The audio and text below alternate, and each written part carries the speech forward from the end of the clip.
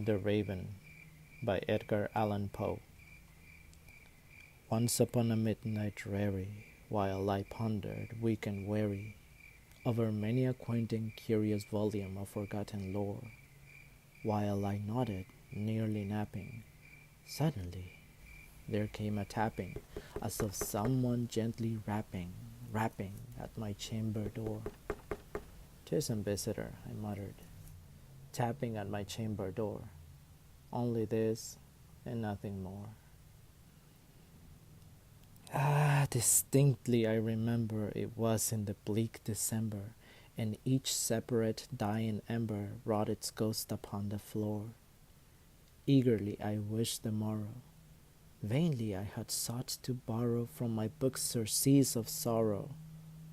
Sorrow for the lost Lenore, for the rare and radiant maiden whom the angels name Lenore, nameless here forevermore.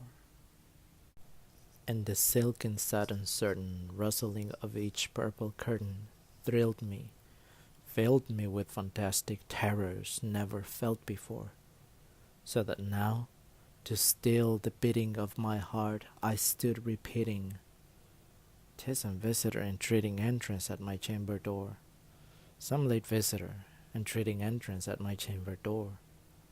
This it is, and nothing more."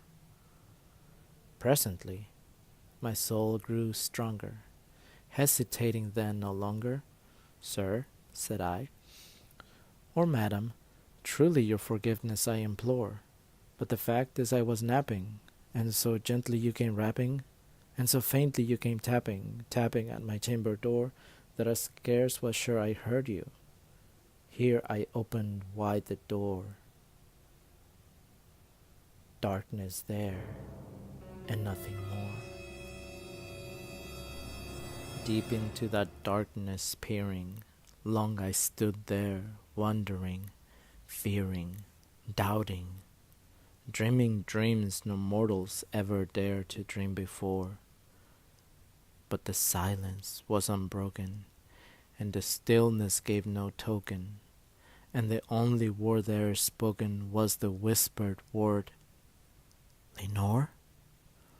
This I whispered, and an echo murmured back the word, "Lenore."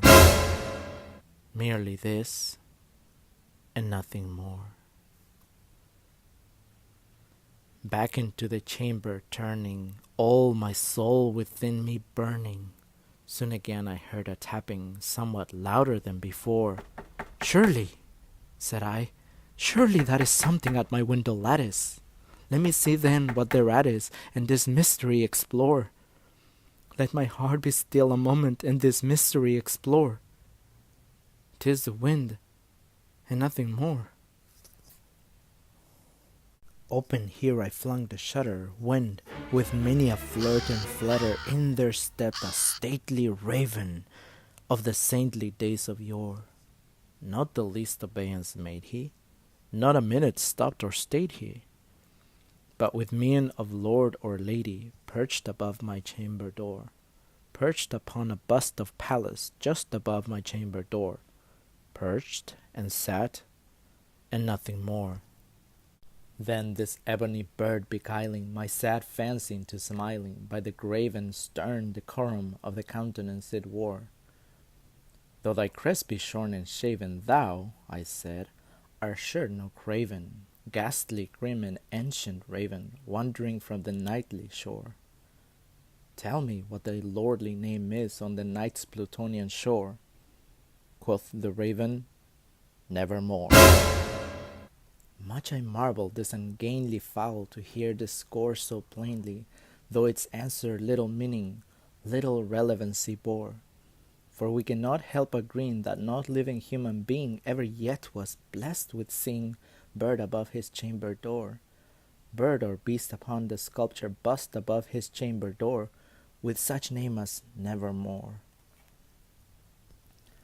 But the raven, sitting lonely on the placid bust, spoke only that one word, as if his soul in that one word he did outpour. Nothing farther than he uttered, Not a feather then he fluttered, till I scarcely more than muttered, "Other friends have flown before.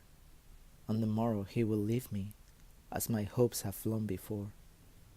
Then the bird said, "Nevermore." Startled at the stillness broken by reply so aptly spoken, "Doubtless," said I, "what it utters is its only stock and store, caught from some unhappy master, whom unmerciful disaster followed fast and followed faster, till his songs one burden bore, till the dirges of his hope that melancholy burden bore of never, nevermore." But the raven, still beguiling all my fancy into smiling, straight I willed a cushion sit in front of bird and bust and door. Then upon the velvet sinking, I betook myself to linking fancy unto fancy, thinking what this ominous bird of yore, what this grim, ungainly, ghastly, gaunt, and ominous bird of yore meant in croaking "Nevermore."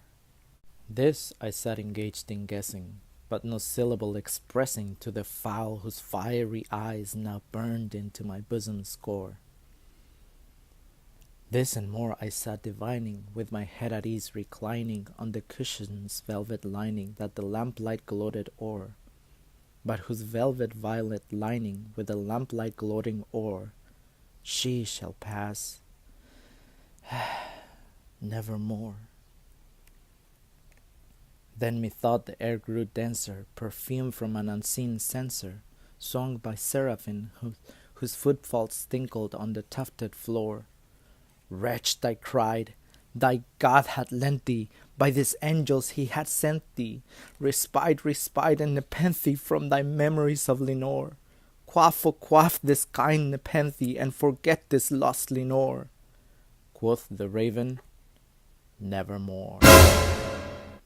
"Prophet," said I, "thing of evil, prophet still if bird of devil, whether tempest sent or whether tempest tossed thee here ashore, desolate yet all undaunted, on this desert land enchanted, on this home by horror haunted, tell me truly, I implore, is there balm in Gilead? Tell me, I implore." Quoth the raven, "Nevermore." "Prophet," said I, "thing of evil, prophet still if bird or devil, by that heaven that bends above us, by that God we both adore, tell this soul with sorrow laden if within the distant Aidenn it shall clasp a Satan maiden whom the angels name Lenore, clasp a rare and radiant maiden whom the angels name Lenore." Quoth the raven, "Nevermore." "Be that word our sign in parting, bird or fiend," I shrieked upstarting, "get thee back into the tempest and the night's Plutonian shore. Leave no black plume as a token of that lie thy soul hath spoken. Leave my loneliness unbroken. Quit the bust above my door. Take thy beak from out my heart, and take thy form from off my door." Quoth the raven, "Nevermore." And the raven, never flitting, still is sitting on the pallid bust of Pallas just above my chamber door, and his eyes have all the seeming of a demon's that is dreaming, and the lamplight over him streaming throws his shadow on the floor, and my soul from out that shadow that lies floating on the floor shall be lifted